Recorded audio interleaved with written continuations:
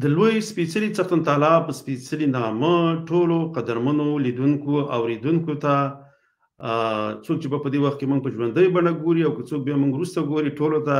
سلامونه او درناوی. نن به درسره په یو دوه موضوع لنډه تبصره لرم. راسا صاحب خو تاسو وینئ په سټوډیو کې هغه موجود دی، یو څه خبرې به هغه کوي. نو اول خو دا دی چې جو بایډن په خپلو تیرو خبرو کې دا ځل نه یو څو موده مخکې تقریبا یوه اونۍ مخکې په خپلو خبرو کې جو بایډن ویلي چې افغانستان د لوی امپراتورونو ادیره ده او په دې باندې به خبرې کوم در سره د سیلنډې غوندې. او بل دا دی چې خپلواکي ازادي لن غوندې په دې باندې د سیلنډه تبصره لرم. او بل دا دی پاکستان یو ځل بیا د افغانستان د کورنۍ جګړې لپاره کار کوي. نو په دې باندې به خبرې کوو ورسره په یو ورکوټه باندې شعر هم در سره شریک کوم. خو لومړی دې ته راځم چې جو بایډن چې دا خبره کړې ده چې افغانستان د لوی امپراتورانو یا د نړۍ د ټول زبر ځواکونو ادیره ده. دا خبره د هغې سمه وه، ځکه هغې خپله دا خبره تقریبا یوه اونۍ مخکې کړې وه، په هغې باندې موږ خبرې کړي، ډېر په زه رڼا نه ورچوم. خو مسله داسې ده ورونو چې موږ افغانان باید په یو شي بل باندې ځان پوه کړو. هغه مسله دا ده چې صحیح ده دا خو د لوی امپراتورانو ادیره ده او دا به وي، خو موږ ته پکار دا ده چې موږ دلته جنګونه کوشش وکړو چې د څوک جنګونه رانه وړي او نه موږ خپله د پردو د جنګونو خشاک شو. ځکه چې دلته هره زبرځواک راځي یا د وخت امپراتوران راځي او زمونږ په هیواد کې د خپلو منافعو دپاره جګړې کوي او موږ د جګړې خشاک ګرځوي، نو دا خو زمونږ دپاره داسې کومه ښه خبره نه ده، خاص کر د افغانانو دپاره. ځکه چې هر وخت جنګ راځي، جنګ ځان سره غریبي راوړي، غربت راوړي، بې علمي راوړي، وحشت راوړي. دا ټول شی د جنګ سره ملګري. موږ باید کوشش وکړو چې جنګ د خپلو سرحدونو نه لرې انتقال کړو. لکه د احمدشاه بابا په وخت کې چې هغې ته مور ویلی چې جنګ د خپل سرحد نه لرې وړه او هلته یې کوه. داسې مه کوه چې ته انتظار کې او یو څوک راځي او جنګ ستا سرحد ته راوړي او خپله په خپله خاوره باندې ته جګړه کړې، په خپله خاورې په داخل کې جګړه کې. نو دې سره به یو خو به هغه د جګړې کوم قوت چې دی هغه خو به لکه هغه چې کوم عسکر دی هغه عسکري قوت چې دی هغه خو به پکې ضایع کېږي. ورسره به عوام ولس او دغه نور کوم املاک چې دي دا ورسره ختمېږي. هغه ویله چې جنګ باید همیشه د خپلو سرحداتو څخه لرې ویوړلی شي او هلته جنګ وشي، نه دا چې انتظار انسان وکړي دښمن ته هغه راشي او افغانستان ته راشي، افغانستان ته راننوځي او بیا وروسته موږ په جګړه باندې پیل کوو. دې سره ډېر زیات زیان خپله افغانانو ته رسېږي. صحیح ده موږ په دې باندې پوهېږو د افغانستان همیشه زبرځواکونه راغلي، افغانستان ته رانوتلي دي، افغانستان یې نیولی دی خو هضم کړی نه دی، بېرته یې دغه کړی دی، بېرته دې نه تللي دي، ازمولی نه شي. خو مګر په کار دا ده چې موږ باید دې ته انتظار ونه کړو چې هغوی راشي او زموږ خاوره کې خپلې جګړې وکړي او د خپلو اغراضو دپاره دلته جګړه وکړي. نو اوس خو یو دفعه بیا افغانستان خپلواک شو، خو د افغانستان اصلي خپلواکي به دا چې دا اقتصادي خپلواکي پیدا کړي. دلته موږ خپلو نوي کول ته زده کړې دغه کړو، لاره د برابره کړو چې خپلې زده کړې وکړي او اقتصاد پیاوړی کړو. نو بیا به موږ خپلواک شو. ځکه چې اوس خو خپله په دې ټول پوهېږي چې وایي چې نړۍ چې ده دا یو ګلوبل ویلیج دی که نه، لکه یو کلی دی. نو دې په خاطر باندې ځکه دلته بغیر لکه په تنها ژوند نه کېږي، همیشه به ته د نورو هیوادونو سره په ګډه باندې کار کې د خپل د اقتصاد دپاره.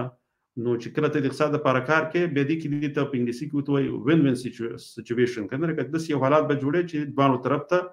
لکه پکې یو رقم ګټي. لکه داسې نه کېږي چې موږ لکه یا داسې یو چا سره داسې معاهدې یا لاسلیکونه وکړو چې یوازې د هغوی پکې ګټي، یا موږ داسې کوشش وکړو چې داسې یو لاسلیکونه وکړو چې یوازې موږ پکې ګټي. ځکه دا نه کېږي، ځکه اوس نړۍ داسې دا منیم ده. نو هر هغه وخت کې چې لاسلیکونه کېږي باید داسې په دې شکل باندې وشي چې دواړو طرف ته ګټونکي شي، نه بېلونکي. نو زه دا بله موضوع دا ده چې د پاکستان دغه کومه پالیسي چې ده، لکه اوس وګوره دوی کوشش دا کوو او دا یې امریکا په دې باندې باوري کړې وه که تاسې د افغانستان نه دغه شئ دلته پاکستان ته بیا راشئ نو ستاسې به لکه مصارف ډیر کم راشي او د دې ځای نه به بیا چې ستاسې څه غوښتل په افغانستان کې په کوم ځای باندې لکه حمله کوئ یا ویشتل کوئ نو هغه به د پاکستان خاوره نه کوئ تاسې لکه که ډرون کوئ یا د دې ځای نه کوم هغه لرې واټن مزایل تاسو فیر کوئ نو هغه دپاره تاسو دپاره موږ دلته اډې درکولی شو او اډې به درله موږ درکوو تاسو به د دې ځای نه خپل فعالیت کوئ هماغه شانته یې وکړه اوس خو تللي دي مالته اوس دا څه عسکر چې لاړ دا هلته ځای په ځای شو هغه عمران خان چې به ویلی چې زه هېڅکله دا نه کېږي چې دلته امریکایي عسکر راشي هغه خو بیخي د څه نه خبر نه دي ځکه دا ټول مایدې او لاسلیکونه چې دی دې ته وایي پنجابي اسټبلیشمنټ دا کار کوي دا خو راوستلی هم دی هغوی راوستلی دې ته وایي دې ته سلیکټډ وایي که نه لکه چې هغه کله اسټبلیشمنټ د پنجاب اسټبلیشمنټ څوک وغواړي هغه په حکومت کې راولي ځکه چې هغه وغواړي چې په دې کې د اسټبلیشمنټ یا د پنجابي آرمي ګټه ده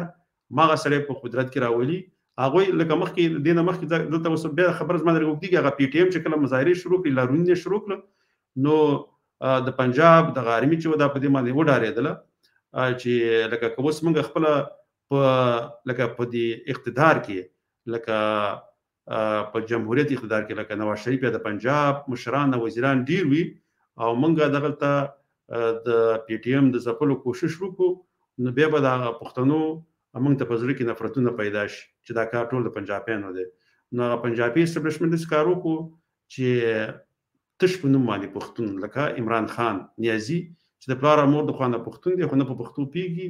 او نه یې پښتو زده ده بلکې دغه خپل ژبې نه ډېر لرې پاتې شوی دی نو هغه یې راوسته ورسره تقریبا په دغه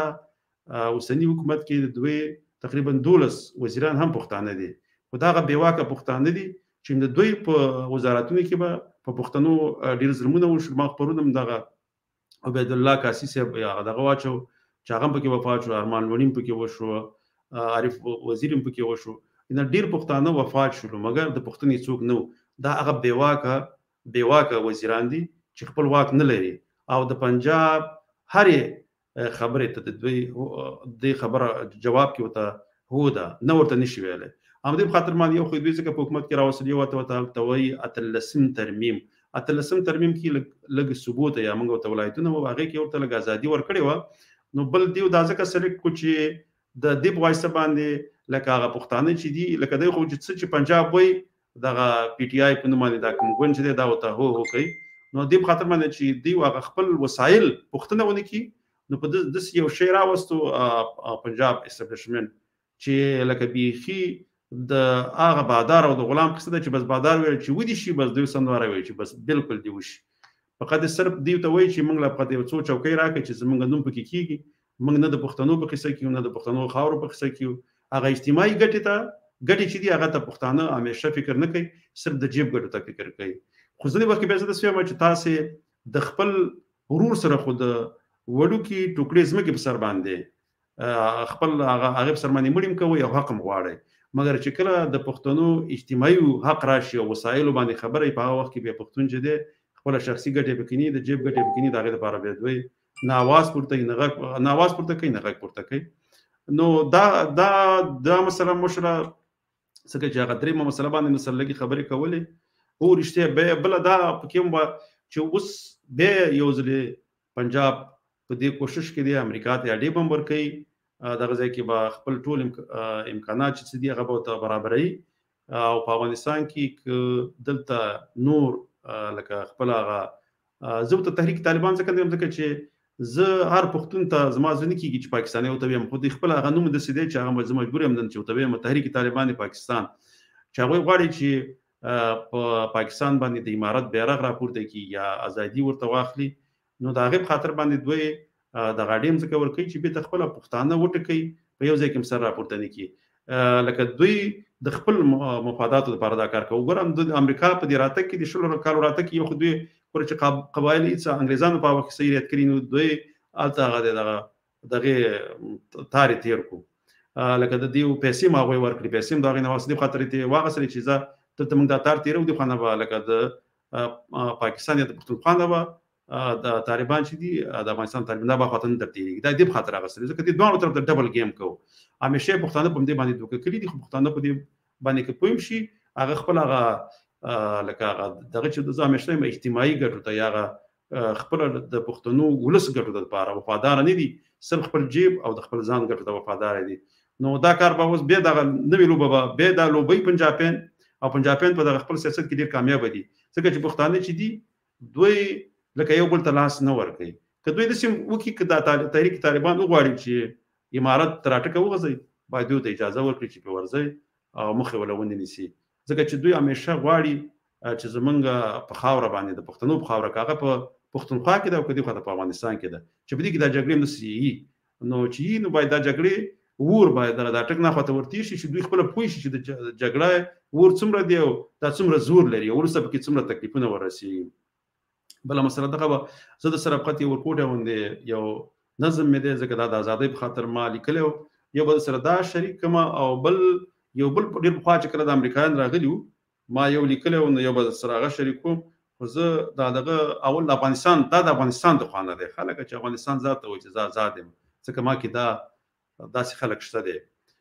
لکه داسې وایي افغانستان زه عزت د احمد خان یم، زه عزت د احمد خان یم، لوړ همت د خوشحال خان یم، ننګ ناموس د هر افغان یم، زه آزاد افغانستان یم، زه پوهنه د جمال یم، شاعري زه د رحمان یم، په نړۍ کې امن غواړم دا ناره د باچا خان یم، چې دښمن زیر و زبر کړي زه یلغار د اکبر خان یم، سر و مال له وطن زار کړي لوی غازي میر زمان خان یم، هر ظالم او ستمګر ته زه افت یم طوفان یم، په خیالونو د بورا کې لکه ستوري د اسمان یم. دا خو افغانستان ته شو، ځکه چې افغانستان یو دفعه بیا خپله پوره خپلواکي ترلاسه کړه، الله دې وله اقتصادي خپلواکي په نصیب کړي. دلته ما یو نظم لیکلی و، دا نظم ډېر اوږد دی خو زه دې نه سبقت یو څو بیته ویم. دې نظم عنوان چې و ننګ په نوم باندې و. وایي پښتون احساس زما د ننګ مه تړه، پښتون احساس زما د ننګ مه تړه، پښتو غیرت زما په جنګ مه تړه، څومره ظلمونه ستمونه کوي هسې زمونږ سره جنګونه کوي، بیا به د سر په دې درو کې مات شي دغه غرور به دې په غرو کې مات شي، بیا به د سر په دې درو کې مات شي دغه غرور به دې په غرو کې مات شي، ستا نه راغلي هم د مخه و ډېر سره کافران څومره بدمخه و ډېر، له سکندره تر چنګیزه پورې هم له مغوله تر انګریزه پورې هر یو دښمن دلته ګزار خوړلی دوی له افغان نه په سر وار خوړلی، دا د میرویس د احمد خان بچی دي د لوی باتور د خوشحال خان بچی دي، په خپله توره میړني یادیږي دي پښتانه چې توریالي یادیږي، سوله غوښتونکي یو امان غواړو مونږ بې د جنګونو دا جهان غواړو مونږ پښتنو په میلمه ننګ کړی دی چې دی په امن وي مونږ جنګ کړی دی، هر یو ظالم ته لکه غر ولاړ یو په هر میدان په هر ډګر ولاړ یو، ازادي غواړو مونږ آزاد پیدا یو په خپلواکۍ د خپل هیواد فدا یو، ډېر زورور په نشه مست راغلي چې مو غلام کړي په دې قصد راغلي، یو څو وطن کې غداران لرو مونږ، یو شاه شجاع څو سقاویان لرو مونږ، چې د پردیو په اوږو سپور راغلي دا غلامان په تندي تور راغلي، چې په ملت باندې بلا پاتې شي، چې په ملت باندې بلا پاتې شي، په تاریخونو کې رسوا پاتې شي، دلته کوروس که امریکې راغلی یا پنجابی که ایرانی راغلی یا یې بړي سي راستولي دلته افغان وهلي او ویستلي بیرته، یا یې بړي سي راستولي دلته افغان وهلي او ویستلي بیرته، هر یو د خپلې وسې زور وهلی د ترورست یې په موږ تور وهلی، په څه هیله او بهانه مو وژني په لر او بر کې پښتانه مو وژني. ورونو دا نظم لږ اوږد و، ما یو څو بیتونه تاسو سره شریک کړل. دا نظم چې دی دا د ننګ په نوم دی او زما په دې کتاب د سپوږمۍ په ځلا کتاب کې دا چاپ شوی یو څو کاله مخکې، نو د دې نه مې سره یو څو بیته شریک کړل، خو ځکه دا نظم اوږد و ځکه د افغانستان چې دا کومه خپلواکي بیرته لاسته راوړې وه دې په خاطر مې درسره شریک. نو زه به سره اساس صاحب ته وخت ورکړم ځکه وخت هم کم دی، هغه به یو څو خبرې تاسو سره وکړي، زه به هغه هم واورم او تاسو سره کمیټونه به ستاسې ولولم. ډېره زیاته مننه زماني صاحب، خبرې خو ډېرې زیاتې دي خو اوس وخت داسې راغلی دی چې سړی باید هغه تودې او هغه د وخت او هغه د ساعت په خبرو باندې سړی وغږېږي. نو زه راځم د خپلواکۍ موضوع ته. زه په دغه سوشل میډیا کې ما نن ډېر دغه داسې ولیدل چې داسې مبارکي او دغه شکل په اشکالو باندې په مختلفو شکلونو باندې خلکو ورباندې څرګندونې کړې وې، خپل نظرونه ورباندې دغه کړي وو. خو زه غواړم په خپل شخصي نظر د خپلواکۍ په ارتباط یو څو خبرې وکړم. زه خو دا وایم چې خپلواکي خو موږ یو د پې اخیستې وه، امان الله خان خپلواکي اخیستې وه د وخت د زمان او د ټولو شرایطو چې هغه جغرافیه او هغه یو وطن آزاد شو، رښتیا آزاد شو. دغه اوسنۍ د 21مې پېړۍ دا خپلواکیګانې چې په افغانستان کې په دغه څو لسیزو کې چې زموږ په ژوندون یې ګورو، دا د وخت تقاضا، یعنې دا دغه خپلواکي چې دا موږ یې اوس په اصطلاح دغه بعضې دوستان یې لمانځي، زه د دې لمانځلو بالکل مخالف یم، ځکه چې دې ته ضرورت نشته دی. په دغه اوسني 21مه پېړۍ کې چې دغه کوم دولتونه چې په افغانستان کې راغلي دي، یا هغه څوک چې د اشغال په نام راغلي دي، یا دغه زمینه ورته مساعده شوې ده، یا خپل افغانانو یا خپل هغه سوړ جنګ و، د دنیا سوړ جنګ و، یا هر شی چې و، په هر شکل باندې دغه افغانان دخیل شوي وو او دې ته اړ شوي وو چې دلته باید په شکل د اشکالو جنګ وشي او خارجي قوتونه راشي او دغسې یو حالت راشي، ځکه چې دا حالت موږ خپله راوستی دی. خپل افغانانو په دې کې شریک دي، په دې کې ټول افغانان دې کې مجرم دي،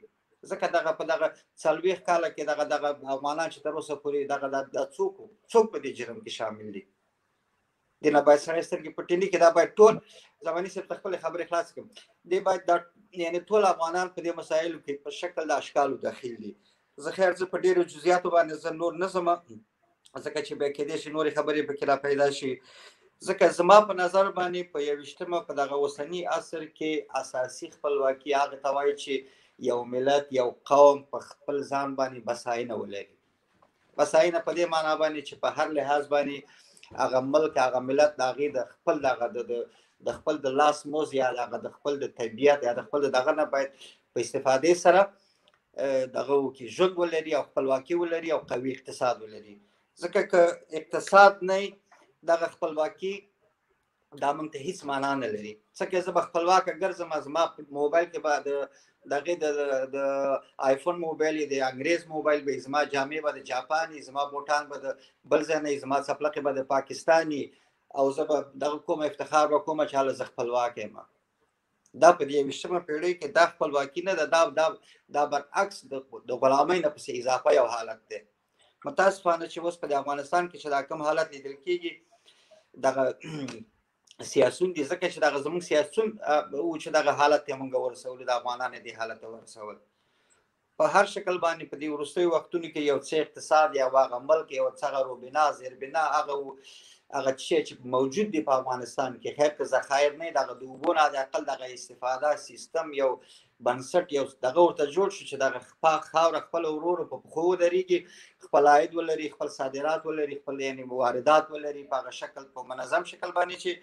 دنیا ورته اړینه شي. تر څو چې دنیا اړینه نه شي هلته هېڅ نوع پرمختګ په هغه جامعه کې هېڅ شی هلته نه راځي، دا د امکان له لرې خبره ده. نو ډېر حالت پیچیده دي زماني صاحب، نو زه ډېرې خبرې نه کوم، الله دې رحم وکړي چې دغه د افغانستان اوسني سیاست داسې نه چې بیا په یو وخت کې دغه ټول محاکمه کېږي او موږ هم هغه د خبره د وچو په لمدو کې چې دغه هم سوځي چې موږ هم د دې دغه په محاکمه کې، ځکه نسلونه دا کار کوي. اوس په دغه اوسني عصر کې دغه پخوانۍ خبرې باید سړی پرېږدي. اوس دغه یعنې هغه نسل چې یو 10 کاله مخکې یا یو جنریشن مخکې تېر شوی دی، هغه نوي نسلونه ورباندې په هر لحاظ باندې انتقادونه هم کوي. زه دا د افغانستان مسایل په ټوله دنیا کې دغه مسایل روان دي چې هغه خصوصا په هغه ملکونو کې چې هغه پیشرفته دي، اقتصاد لري، هغه ملکونو کې واقعا دیموکراسي ده، خلک د ژوند په هویت په ماهیت په ښو او بدو باندې پوهېږي، هلته ټول دغه هر څه محاکمه کېږي په هر شکل باندې. ولې متاسفانه حالات داسې دي د افغانستان زماني صاحب ډېرې خبرې نه کوو، الله دې رحم وکړي چې خدای دا حالت ښه کړي. وګوره زماني صاحب همدغه امریکایان چې چېرته ځي په شکل د اشکالو باندې نن خپله بایډن په دې هغه خبرو کې، ځکه چې ما ډېرې وام نه اورېدلې چې ټول یې په هغه خپل مصارفو باندې دې بحث کوو چې څومره په افغانستان کې د دې په دغه 20 کاله کې څومره پیسې مصرف شولې، څومره خلک یې د منځه لاړ، څومره اقتصاد ته غټه ضربه ورسوله. یعنې په مجموع کې دغه ټول قصې دې سړي وکړلې، یعنې چې دغه یو د جهان په سطحه باندې یو غټه ضایع وه چې د امریکا دغه د سره مخامخ شول ولې دا خلک بیا هم خپل اقتصاد لري او هم داسې دغه لري اور لري چې په هغه اقتصادي لحاظ باندې د هغه خپل هغه حاکمیت به ته دوباره په دغه منطقه کې حاکم کړي دا چې سیاست او دا چې سیاست په څه شکل او په کوم شکلونو باندې دغه هدف ته ځان رسوي او نو دا ډېر زیات خبرې دي ډېر خبرې نه کوو چې وخت به ډېر کم پاتې دی زماني صاحب زه به خبرې به سبا شپې ته وساتو زه یو د خبرې کوم هغه د خاطر دی مسله خپلواکي او سیاسي خپلواکي او اقتصادي خپلواکي د رسنیو خپلواکي دا د ډېر خپلواکیګانې دي چې شمار یې بیخي زیات دي خو مهم شی په دې کې دی دا د یو ملک خپلواکي ده ځکه چې یو ملک خپلواک او یو آزاد حکومت ولري هغه د خپل هغه کومې زیربنا چې دي کوم هغه چې دی به کله چې لاسلیکونه کوي د نورو هیوادونو سره نو په هغې کې چې دی خپل ځان ته یو خپلواکه نظر لرلی شي او د هغه خپل لکه کوم مدنیات یا کوم وسایل چې په نورو ملکونو باندې خرڅېږي بیا هغې کې هغه خپله دغه چې دی دې ته ګټه ډېره راځي او که چې د یو ملک غلام نو هغه کوم استثمار چې په هغه ملک باندې حاکم وي بیا دا د هغې خوښه ده چې په څومره قیمت باندې دې هغه وړي نو د ملک سره دا ټولې د هر یو هیواد چې د هغې سره دا ټولې خپلواکیګانې چې دي دا ورسره لازم او مظلوم دي بل دا کار دی چې موږ ټول افغانان ملامتولی نه شو ځکه دې کې صحیح د افغانان په دې وخت هغه د افغانستان په تاریخ کې چې دا کوم پاچاهان تیر شوي یا کوم واکداران تیر شوي دا موږ ملامتولی شو یو خو دا څه دی چې وروسته یې هغه سیاسي شعور نه ورکړی په دې کې د علم پوهاوی هغه کومه کچه چې وه هغې نه وه پورته کړې نو بیا د څه دی چې دوی چې دلته کم سیاسي ګوندونه دوی همیشه د نورو هیوادونو د ګټو دپاره استعمال شوي دي او خپل ځان په اقتدار یا په حاکمیت یا واکدارۍ کې راوستلی دی دوی لکه ولس چې دی ولس هغه به همدغه ګوندونو خلاف به ته راپاڅېدلی دی او خپل هیواد یې خپلواکۍ طرف ته وړی ځکه چې کوم ګوندونه به چې په حکومت کې راتله ډېر په کبر او تکبر باندې به هلته حکومت کوو او ډېر ظلم او جبر به یې کوو د ولس په مقابل کې ځکه دوی په پردو وګو باندې حکومت یا واکدارۍ ته رسېدلي وو نو همدا و چې همیشه حکومتونه او ولسونو سره په جنګ باندې اخته وو نو الله دې وکړي چې دا ځل دا کار ونه شي نور زه خپلې خبرې راټولم ځکه وخت کم دی او د الله په امان کوم یا دوه خبرې ګوره پاکستان دی هم غلامان دي په شکل د اشکالو باندې ولې دی دومره هوښیار دي ځکه چې دیو ته هغه د ملک ملي ګټې او هغه د ملي دغه ورسره یعنې ورسره مینه لري پابند دي ژمن دي ورته په شکل د اشکالو باندې یعنې که ځان ته فریب هم ورکوي که ځان باندې نیوکه هم کوي که هر شی کوي که ځان کم هم راولي ولې د یو ملک نه یا د بل نه په یو نوم په بل نوم چې هلته مسله جوړه کړه دلته مسله جوړه کړه په چلو فریب باندې پیسې راوړي هغه ملک یې ورباندې آباد دی خلک یې ورباندې آباد اساس مسله داسې ده چې پاکستان غلام دی پاکستان څو قسمه غلام دی زه اوس وایم ګوره هغه یو ټولواک فوج لري چې هغه فوج چې دی هغه ډېر جابر او قوت لري هغه فوج چې دی هغه که د هر چا غلامي کوي د یو چا کوي لکه د چین وکړه یا د امریکې وکړله خو هغې نور ګوندونه او د خپل ملک ټول ولس خپل غلام ساتلی دی هغه د هغې په مقابل کې هېڅ غږ نشي کولی سر ترې نشي پورته کولی بیا چې د هیواد او د پنجاب په څه کې ګټي هغه ماغه اسټبلیشمنټ چې د پنجابي وایي هماغه پالیسیګان یې مخکې وړي پاکستان که غلام دی هغه په بل قسم باندې غلام دی هغې نور قومونه د نورو قومونو وسایل دا یې ټول خپل کړي دي او خپله د هر زبرځواک غلامي کوي خو هلته چې دی واکمن چې دی هغه یو قوت شته دی چې دغه نور یې د خپل غلامۍ لاندې راوستلي په افغانستان کې داسې قوت نشته دی چې لکه کوم قوت چې راغلی همیشه یې د ولس سره دغه کړی دی بېرته په هغې باندې لکه د بېرته جګړې ورسره بېرته خپل ولس سره شروع کړې ده نو دلته د پاکستان او د افغانستان په مابین کې ډېر فرق دی خو زه دا پروګرام اوس ختموي انشاءالله تعالی په دې باندې بیا بله ورځ باندې بیا ډېر مفصل بحث انشاءالله سبا شپه یا بله شپه په دې باندې به لږې مفصلې خبرې وکړو خو ځکه اوس چې دی وخت هم ختم دی لکه بل ناوخت هم دی ملګري کوم دي ډېر ښه ملګرو څرګندونې کړي دي د ټولو څخه د غازي عبدالله څخه د ابراهیم خان څخه د فواد خان څخه دا څه چې ورونو دا څرګندونې کړي ستاسې د هر یو څخه نړۍ مننه د مجیب افغان نیازي څخه خو ورونو کوشش کوئ لکه دغه کوئ دا منطق وایئ خیر دا د کنځلو نه لاس واخلئ ځکه دا کنځل داسې یو شی دی دا چې ته ولیکئ دا لکه هغه به دا در پسې هلته هم لیکلی کېږي که نه بیا په هغه دنیا کې بیا د دې بدل کې به درنه چاته چې کنځل کړي هغه درنه ایمان اخلي نور سیاسي تبصرې کوي خو دې نه ځان ساتئ کوشش دا کوئ دلایل وایي خیر دی دغه مه کوئ اخوا ته د دې ګلخانانو ته مه کوئ نو دا کار دې باندې دغه وکړئ دا عمل پې وکړئ نو تر بله ویدو پورې په لوی الله جل جلاله سپارم خوشحاله ارامه سوکاله ژوند ولرئ د لوی الله جل جلاله په امان